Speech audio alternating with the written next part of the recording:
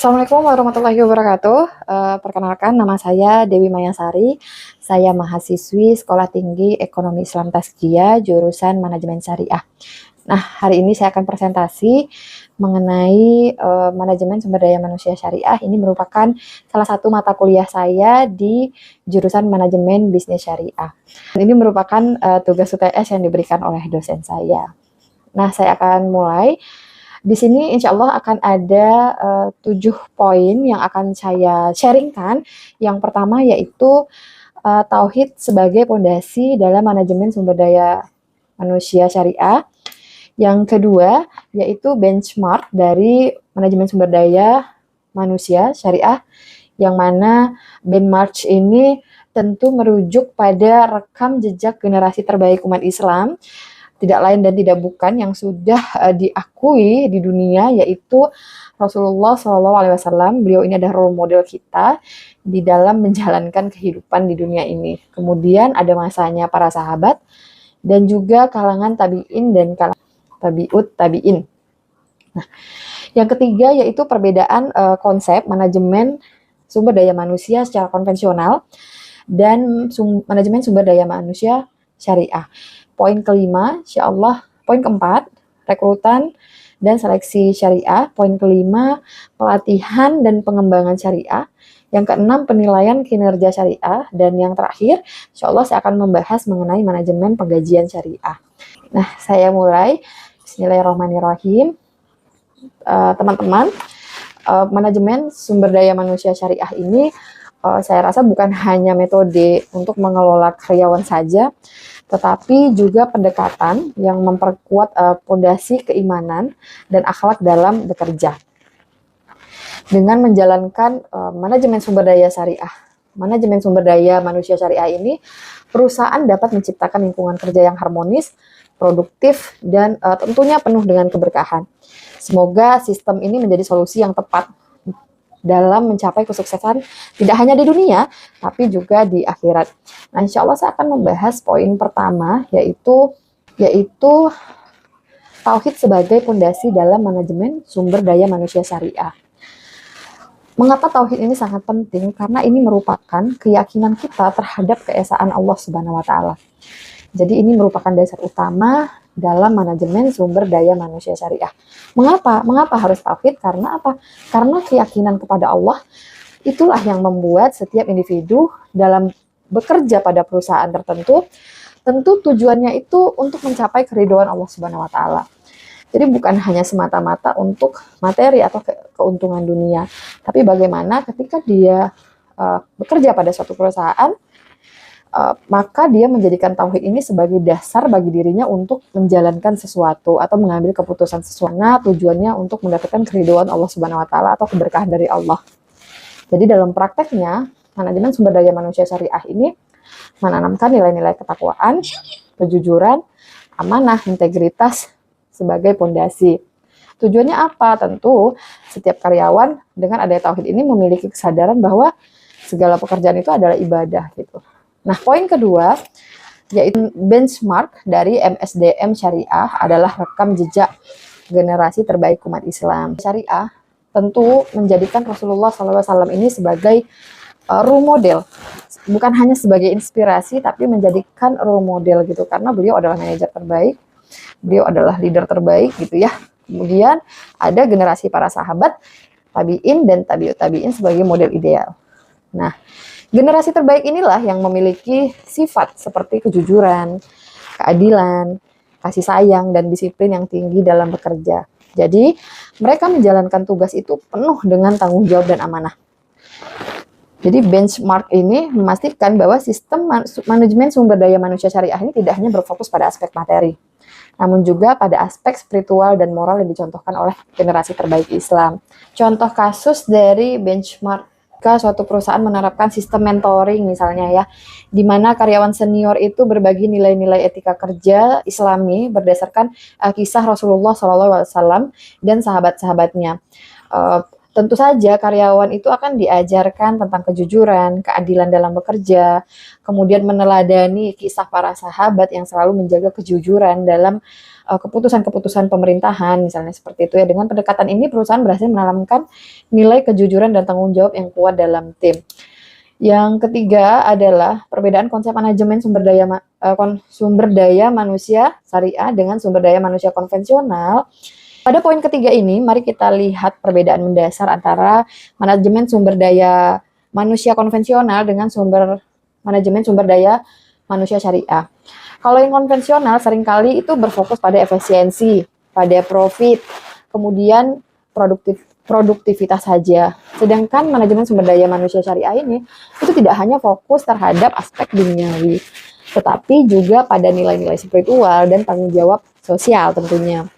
Nah, jadi manajemen sumber daya manusia syariah ini menekankan bahwa setiap keputusan itu harus berdasarkan prinsip yang halal, tidak zolim, yang adil dan maslahat, bukan hanya untuk karyawan saja, tapi untuk perusahaan juga gitu ya. Jadi pada semua aspek. Dan juga tentunya mempertimbangkan keseimbangan antara dunia dan akhirat. Contoh, kalau dalam perusahaan konvensional itu, lembur tentu dipaksakan meskipun karyawan sudah lelah demi apa? Demi produktivitas yang maksimal gitu ya. Sedangkan kalau di manajemen sumber daya manusia syariah lebih memilih mengutamakan keseimbangan hidup karyawan dengan memberikan istirahat yang cukup dan menghindari eksploitasi tenaga kerja. Jadi percaya sekali bahwa karyawan yang sejahtera baik fisik maupun mental tentu akan memberikan kinerja yang lebih baik dengan niat ibadah gitu ya. Saya jadi keinget suatu kasus yang sempat viral pada waktu itu, yaitu pilot dari maskapai Batik Air itu salah tujuan itu pernah viral. Ternyata alasannya adalah karena karyawannya begadang menjaga anak, karena waktu itu istri beliau baru melahirkan, sehingga beliau membantu dulu istrinya untuk menjaga atau mengasuh bayi ini gitu ya. Setelah itu kalau pilot kan langsung berangkat pagi gitu, langsung berangkat, dan akhirnya apa, karyawannya lelah karena eksploitasi ini tadi, dan sehingga terjadi eksploitasi karyawan. Seharusnya ada cuti misalnya ya, harus ada cuti. Cuti ini bukan hanya ibu yang melahirkan saja kalau bisa, tetapi ayahnya juga harus ada cuti gitu, karena tentunya masa-masa habis melahirkan itu adalah masa-masa yang sulit, bukan hanya untuk ibu, tetapi juga untuk para ayah. Dan ini sempat viral kasusnya. Kemudian selanjutnya adalah rekrutmen dan seleksi syariah. Jadi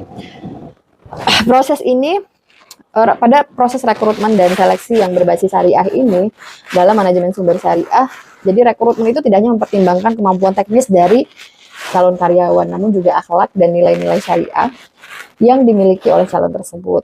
Jadi proses ini dilandasi prinsip adil dan transparan. Misalnya tes wawancara tidak hanya melihat aspek teknisnya saja gitu, tapi juga memperhatikan nilai-nilai seperti kejujuran, amanah, dan kepedulian sosial.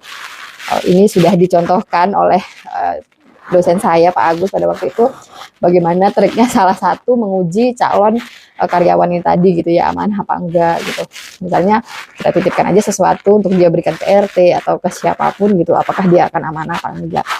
Kecil tapi itu powerful untuk mengetahui sifat dasar seseorang, apakah dia memiliki sifat amanah atau jujur ataupun tanggung jawab gitu ya.